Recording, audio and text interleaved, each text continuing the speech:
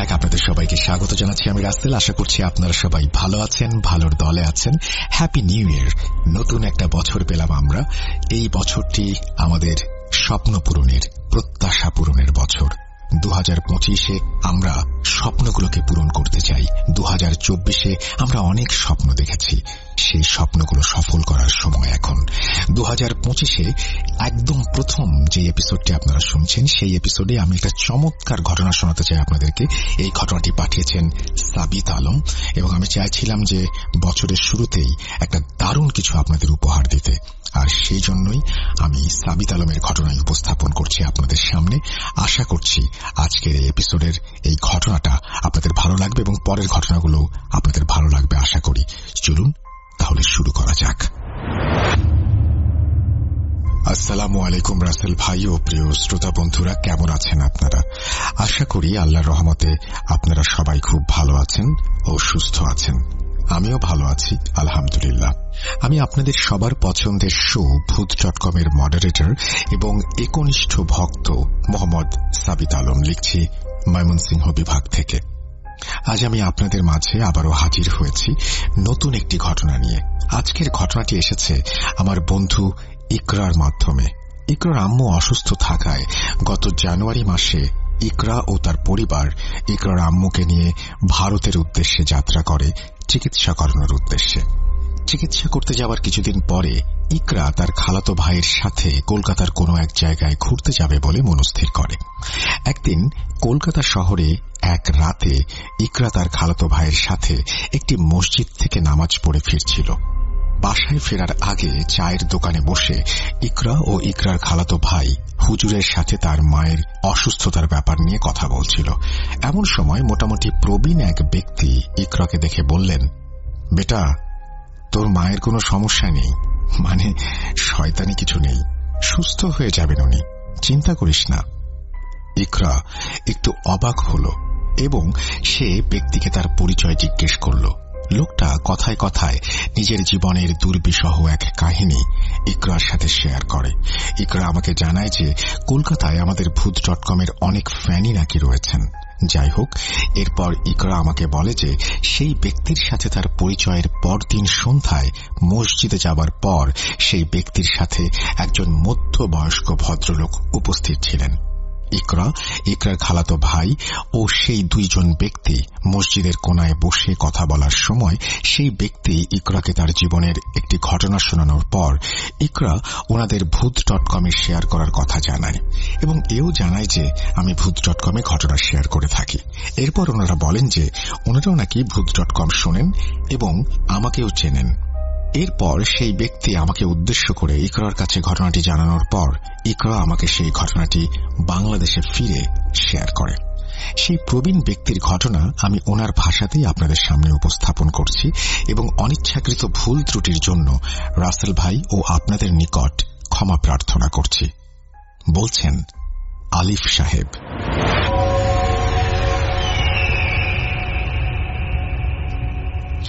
আসসালামু আলাইকুম সাবিত, আজ আমি তোমাকে যে ঘটনাটি পাঠাচ্ছি তা আমি অন্য কারো মাধ্যমে পাঠাচ্ছি, কারণ আজকের দিনে আমার কাছে নিজস্ব বাড়ি, মোবাইল, গাড়ি কিছু নেই। যদি থাকতো তবে আমি নিজেই তোমাদের শোতে ঘটনাটি পাঠাতাম।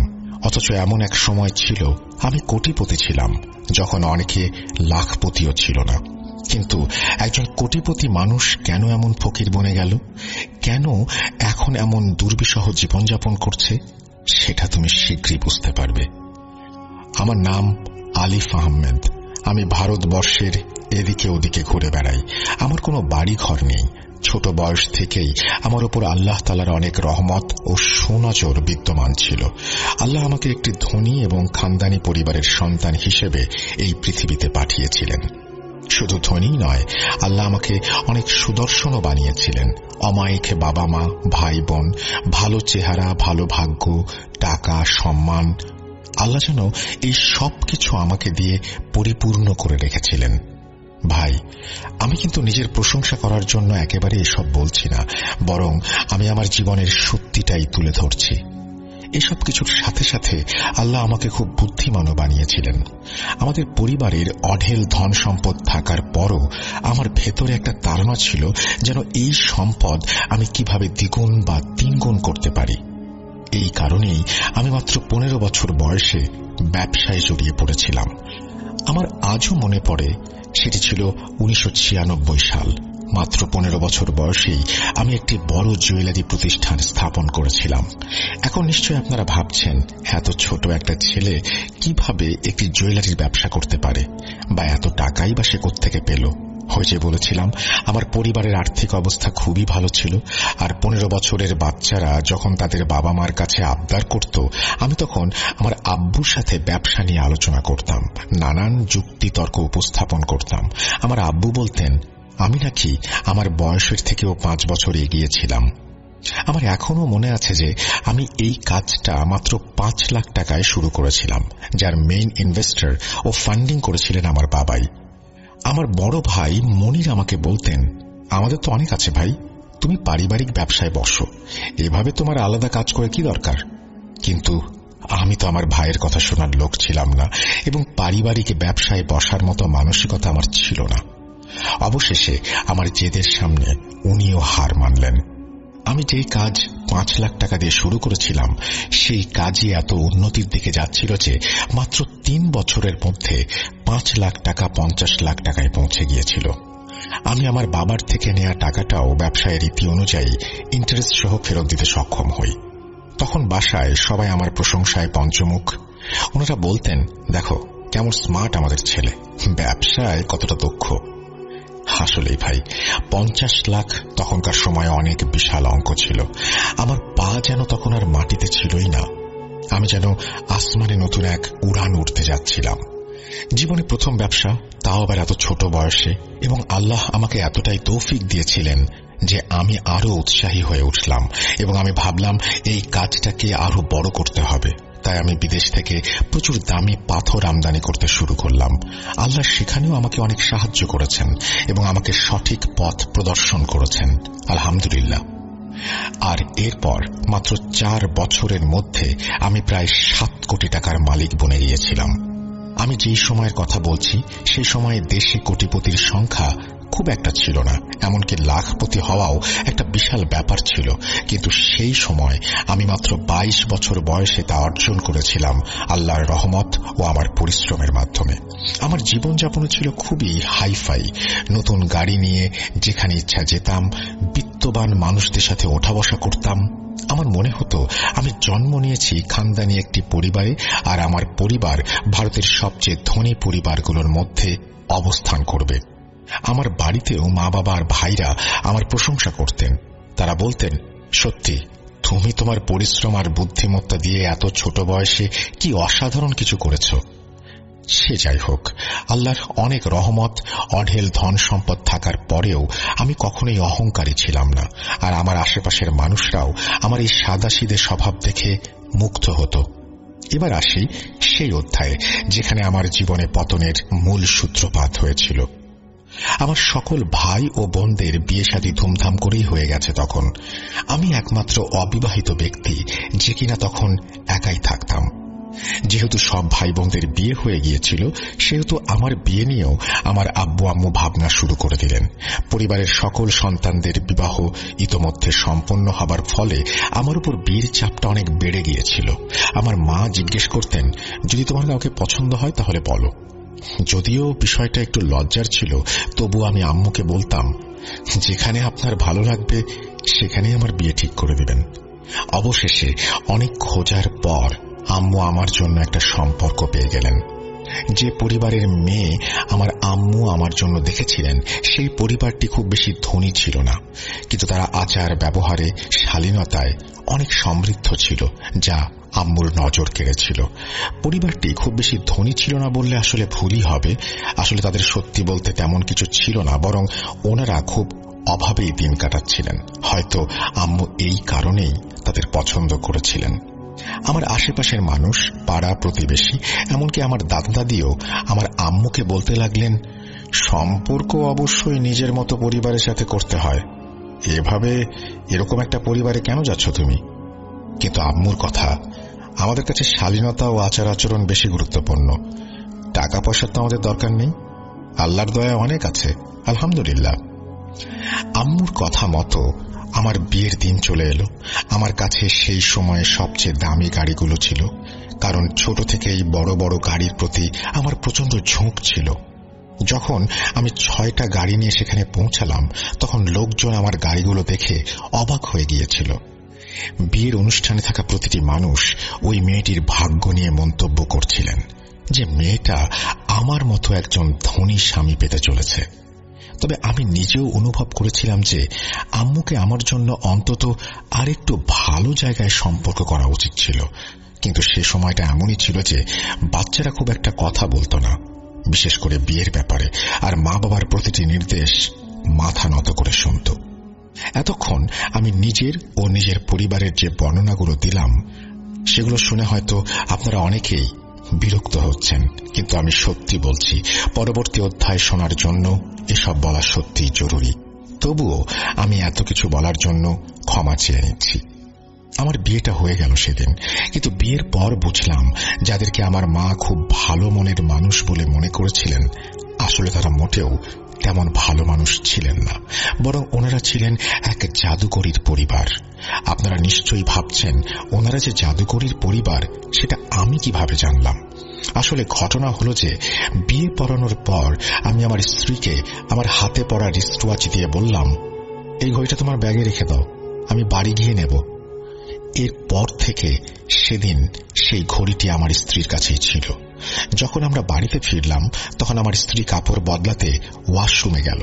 আমি তার ব্যাগ খুলে ঘড়িটা বের করতে চাইলাম। যখন আমি তার ব্যাগ খুললাম, তখন সেখানে কিছু অদ্ভুত ধরনের তাবিজ পেলাম। তাবিজগুলোর সাথে আরো ছিল 4-5টা কাগজ, যেগুলোর উপর আমার নাম লেখা ছিল, আর বাকি 4টি কোণে লেখা ছিল কাবু। বিশ্বাস করো ভাই, তখন পর্যন্ত আমি কোনো জিন বা জাদুর সঙ্গে পরিচিত ছিলাম না, আর এসব সম্পর্কে কিছুই জানতাম না। আমার কেন, আমার পরিবারের কারো জীবনে তখন পর্যন্ত জিন বা জাদুর সাথে কোনো সম্পর্ক ছিল না। যাই হোক, বিয়ের পর আমি বুঝতে পারলাম আমার শ্বশুর বাড়ির লোকজন কতটা লোভী। বিয়ের কিছুদিন পর পর আমার শাশুড়ি আমার দোকানে আসত এবং কোনো না কোনোভাবে একটি ভারী গহনার সেট নিয়ে চলে যেত। উনি গহনা নিয়ে চলে যাওয়ার আগে বলতেন যে আমি কিছুদিনের মধ্যে টাকা দিয়ে দেব, কিন্তু ভাই সেই টাকা আর কোনোদিনই আসতো না। প্রথম দিকে আমি কিছু বলিনি, কিন্তু যখন ধীরে ধীরে এই ঘটনাগুলো বাড়তে শুরু করলো, আমি একদিন আমার স্ত্রীর কাছে গিয়ে স্বাভাবিকভাবেই বললাম যে শোনো, তোমার মাকে একটু বুঝিয়ে বলো, এগুলো কি ঠিক? এটা তো আমার ব্যবসা, তাই না? এভাবে যদি চলতে থাকে তাহলে তো আস্তে আস্তে আমাদের বড় ধরনের ক্ষতি হয়ে যাবে। উনি প্রায় 4-5 দিন পর পর এসে দামি দামি গহনার সেট নিয়ে চলে যান, আর টাকা পয়সা দেবেন বলেও দেন না। তুমি ওনাকে একটু বিষয়টা বুঝিয়ে বলো। আমার কথা শুনে আমার স্ত্রী আমার উপরেই চড়াও হতে লাগলো। বলল যে যদি আমার মা 2-3টি সেট নিয়েও নেয়, তাহলে এতে আপনার সম্পদে কি সমস্যা হয়ে যাবে? কমে যাবে আপনার? নেহায়েতি ছোট লোকের পরিচয় দিলেন আপনি। আমি আমার স্ত্রীর আচরণ দেখে হতবাক হয়ে গেলাম। আমি ওকে বললাম যে এটা ধন দৌলতের ব্যাপার না, এটা আসলে মান সম্মানের বিষয়। এটা কি ধরনের কথা যে দোকানে এসে নিজের ইচ্ছা মতো জিনিস নিয়ে যাও, বিনা পয়সায় নিয়ে চলে যাও? আমার বউ মাটিতে পা ঠকিয়ে ঘর থেকে বের হয়ে গেল। আমি জানতাম সে তার বাবার বাড়ি গেছে। সন্ধ্যার মধ্যে সে তার বাবার বাড়ি থেকে ফিরে এসে আমার মুখে সজোরে টাকা ছুঁড়ে মারল। আমি বললাম, লেহাজ করো, এটা কি ধরনের আচরণ? তোমার স্বামীকে সম্মান দিতে শেখো। তোমার কি এতটুকু তামিজও নেই? এরপর আমি টাকাগুলো নিয়ে দোকানে চলে গেলাম। দোকানে আমার ম্যানেজার টাকাগুলো গুনে আমাকে জানালো যে আমার শাশুড়ি যত দামের গহনা নিয়ে গিয়েছেন, এখানে তার অর্ধেক দামও নেই। আমি বাড়ি ফিরে আমার বউকে বললাম, তুমি যে টাকাটা আমার মুখে ছুঁড়ে মারলে, কিভাবে মারলে? এখানে তো অর্ধেক দামও নেই। তোমার মা তো আমার কাছ থেকে আরো বেশি টাকার জিনিস নিয়ে গেছে। সে আমার দিকে তাকিয়ে বিরক্তি নিয়ে বলল, আধা টাকা তো পেয়েছি, বাকিটাও নাকি সময় মতো পেয়ে যাব। আমার নাকি এত উত্তেজিত হওয়ার কিছু নেই। এই বলে ঘর থেকে বেরিয়ে যাওয়ার আগে সে বলল, আমরা তো ভিখেরি নই যে তোমার টাকায় আমাদের চলতে হয়।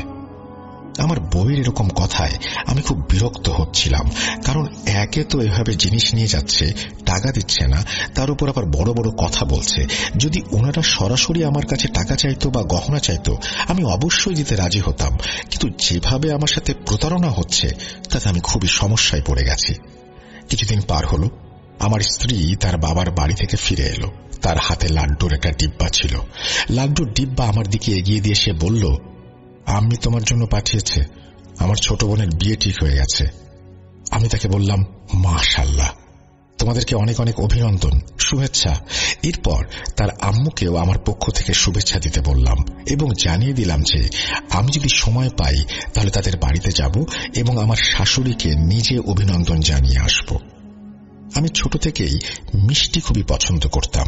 আমি আমার স্ত্রীর আনা সেই ডিব্বা খুললাম এবং লাড্ডু খেতে শুরু করলাম। লাড্ডু খাওয়ার পর আমার মনে হলো যেন আমার মাথা ঘুরতে শুরু করেছে। আমার মনে হলো আমি অজ্ঞান হয়ে যাচ্ছি, কিন্তু অজ্ঞান হওয়ার আগে যে দৃশ্যটা দেখলাম সেটি হলো আমি পড়ে যাচ্ছি আর আমার স্ত্রী আমার দিকে তাকিয়ে হাসছে। যখন আমার চোখ জোড়া খুলল আমি তখন হাসপাতালে। আমার কাছে আমার পরিবারও ছিল, আমার বউ ছিল, আমার শাশুড়িও দাঁড়িয়েছিলেন।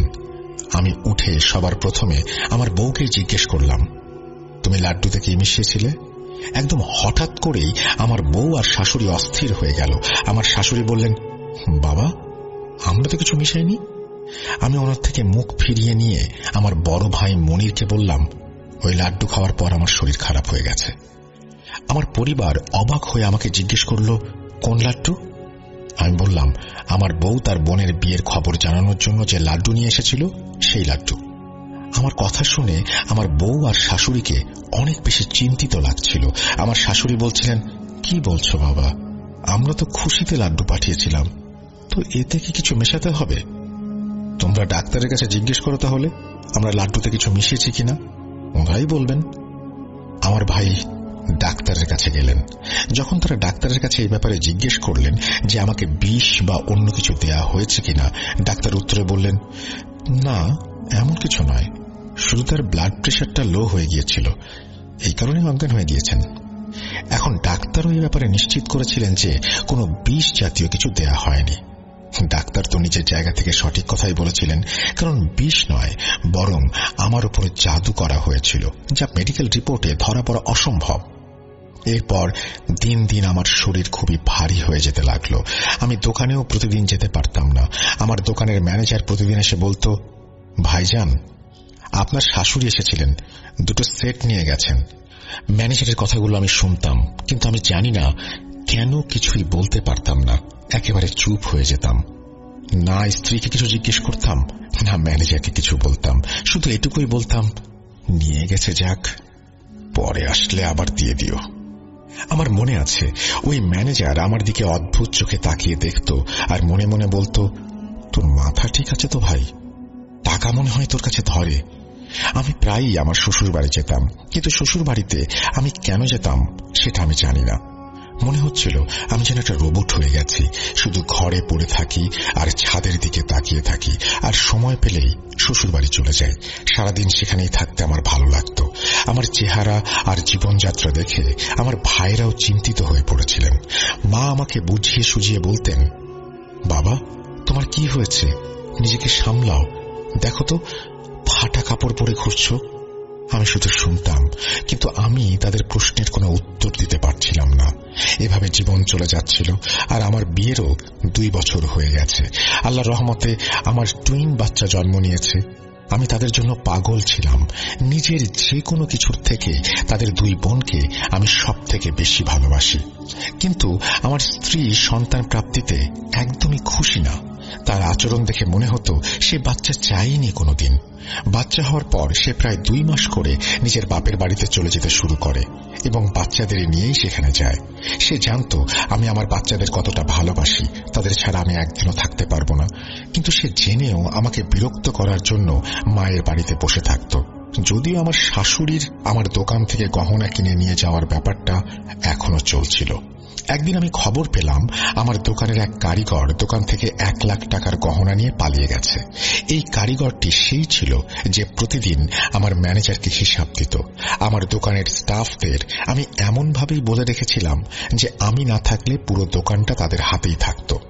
এটা আমার ব্যবসার জন্য খুবই খারাপ একটা সিদ্ধান্ত ছিল। আমার দোকানে না যাওয়ার কারণে কাজ স্লো হয়ে গিয়েছিল। তার উপর ছেলেগুলো সুযোগ পেল, নিজেদের ইচ্ছে মতো চলতে লাগলো। মাঝে মাঝে তো দোকান দুপুর পর্যন্ত বন্ধই থাকত।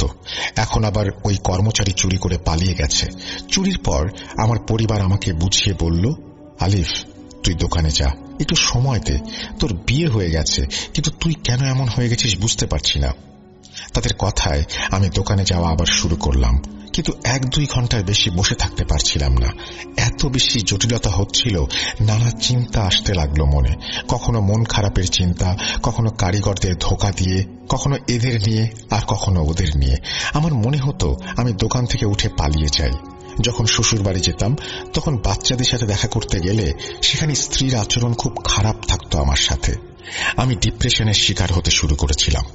মনে হচ্ছিল আমার মধ্যে অনেক খারাপ দিক আছে, এই কারণেই মানুষ আমাকে আর পছন্দ করত না। আর ডিপ্রেশন দেখে আমার ভাই আমার বন্ধুদের আশ্রয় নিলেন। এমন খারাপ পরিস্থিতিতেও আমার স্বাভাবিক হবার একটু আশা ছিল, কারণ এখনো আমার পুরনো কিছু ভালো বন্ধু বান্ধব ছিল। একদিন এক ঘনিষ্ঠ বন্ধু আমাকে জোর করে বাড়ি থেকে টেনে নিয়ে গেল। সে আমাকে প্রথমে একটা পার্কে নিয়ে গেল। সেখানে আগে থেকেই আমার আরো কিছু পুরনো বন্ধুরা উপস্থিত ছিলেন। আমরা সবাই একে অপরের পাশে বসে পড়লাম।